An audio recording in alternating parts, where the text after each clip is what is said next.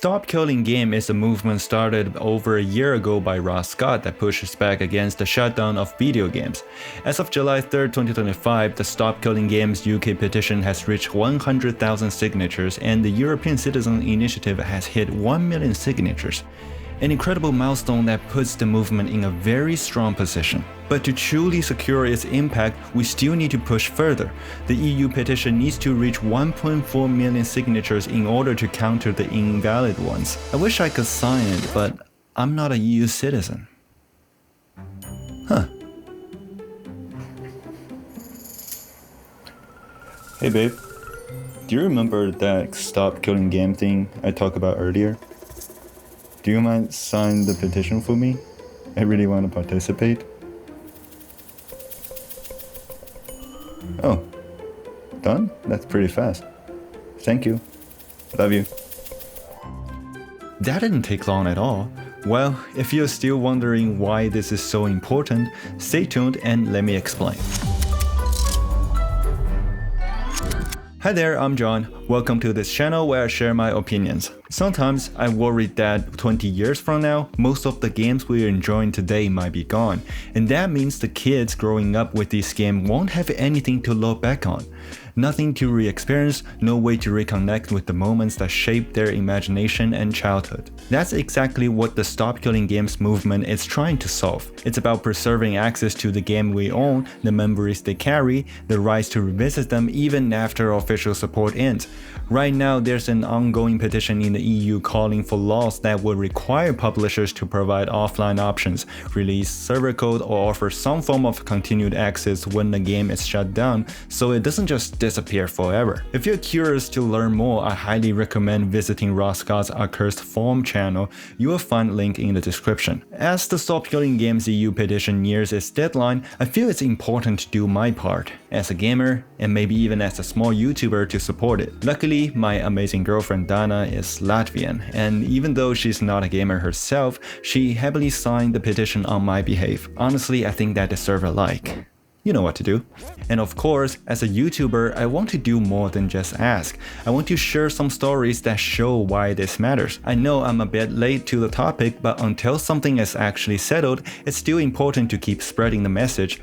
The more people hear about this, the stronger our voice becomes. If you're not already convinced, hopefully these will help you see just how important this really is. Now imagine this. Your favorite game just gone.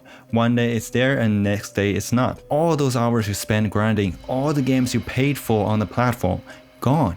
As someone from China, this has been a haunting thought for years. I'm talking about Battle.net exiting China. When Battle.net pulled out, it meant all those live service Blizzard games, StarCraft 2, Overwatch, World of Warcraft, and more became unplayable in China. Now you might be thinking, can they just use the game accelerator to access global servers? And yes, some do, but it's a huge difference. We are talking about connection quality for one, and then there's the language barrier for most players. Chinese gamers just have a much tougher time playing all these games we know and love. If you'd be interested in a full video on this, let me know in the comments. Let's get back to the Battle.net situation. In case you didn't know, in China, foreign game companies aren't allowed to provide services directly to Chinese players.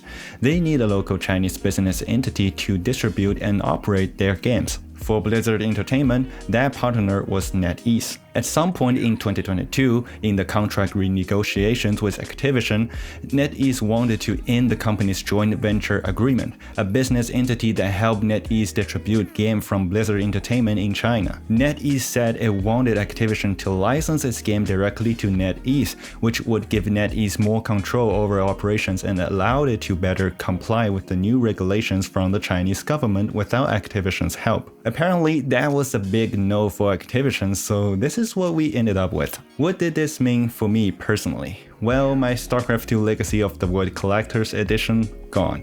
My StarCraft 1 Remastered, gone. I mean, sure, I can still log into the global servers, but it's just ridiculous when you think about it. The games you paid real money for can just be taken away from you like that. In order to play these games again on global servers, I would actually have to purchase them all over again, because the China server was completely separated from the worldwide servers. And here's the kicker. This whole thing is actually covered by Blizzard's end-user license agreement.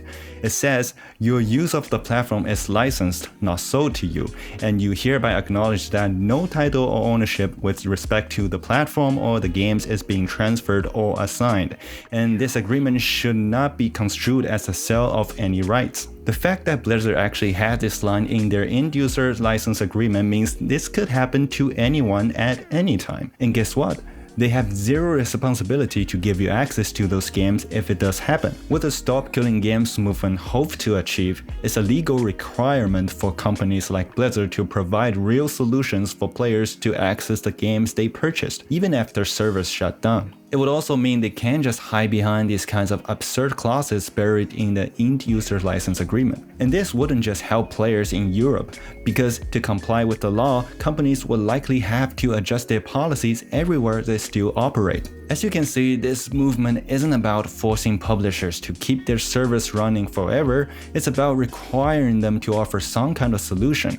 That could mean enable LAN connections, releasing a server code so the community can host their own servers, or simply adding offline features, anything that ensures the game remains functional even after the official servers shut down. Speaking of community-hosted servers, I have to bring up Monster Hunter 3 again. I know I probably talk about it a bit too much on this channel, but this game meant a lot to me during my teenage years. For the longest time, I thought I had lost any chance of ever playing Monster Hunter 3 online again. The official servers was shut down back in 2013, just 4 years after the game's release. Sure, we still had Monster Hunter 3 Ultimate until April 2024, but that eventually went offline too. And if you've played any Monster Hunter game before, you know that multiplayer is the core of the experience. When the servers goes down, it's like 70% of the game becomes inaccessible. Now I'm only talking about official solutions here because without the incredible community that's kept this game alive, we wouldn't have any way to experience its online features again. If you've seen one of my earliest videos, you will know that I actually found a way to play Monster Hunter 3 online again, and honestly, it's been the best discovery of the year so far. As of today, the community server is still actively maintained and offers all the core features from the original servers: chat, friends list, and even event rotation. It supports both emulators and actual Wii consoles, and the best part, it doesn't care what region your ROM is from, which makes it even better than the official servers ever were. I know this game isn't perfect, but for me, it's the best gaming experience I've ever had. It's my nostalgia. It's my way of re-experiencing those teenage years, and if I had to, I'd give out everything just to relive it again. Seeing where the industry is heading really worries me. These days, most games require some form of online access to even play, and there's no guarantee you'll be able to access them if the servers ever go down. And because of how complex modern games have become, creating community servers through reverse engineering isn't as easy as it used to be. In many cases, it's nearly impossible. Take Monster Hunter Wilds for example. As far as I can tell, there's no obvious offline mode, if there's one at all. Then there are the modern Call of Duty games which demand 200GB updates every now and then, and even the single-player campaign likely won't work without an internet connection. I can't say for certain, but I'm also not about to verify with the 200GB download. And then there's Overwatch. Yeah, sorry, but it's already happened. Try playing the original Overwatch instead of Overwatch 2. Good luck with that. Just recently, EA announced it will be taking Anthem offline next year. Sure, it wasn't the most successful title from day one, but for the dedicated players who stuck with it, it's still a game they care about, and now it's being taken away. Not long after that, EA confirmed Need for Speed Rivals is going offline too. One by one, these games are disappearing and the players are left with nothing but memories. These things are happening all the time and they're closer than you think. Maybe one day your favorite game from your teenage years will face the same fate. So, fellow gamers, if you're an EU citizen and you haven't signed the petition yet, it's not too late. Do your part. Help preserve our nostalgia because everyone deserves the right to remember and to re-experience the games that mean something to them. Link in the descriptions. And don't forget to like this video and subscribe to my channel for more content. Thank you for watching, and I'll see you in the next one.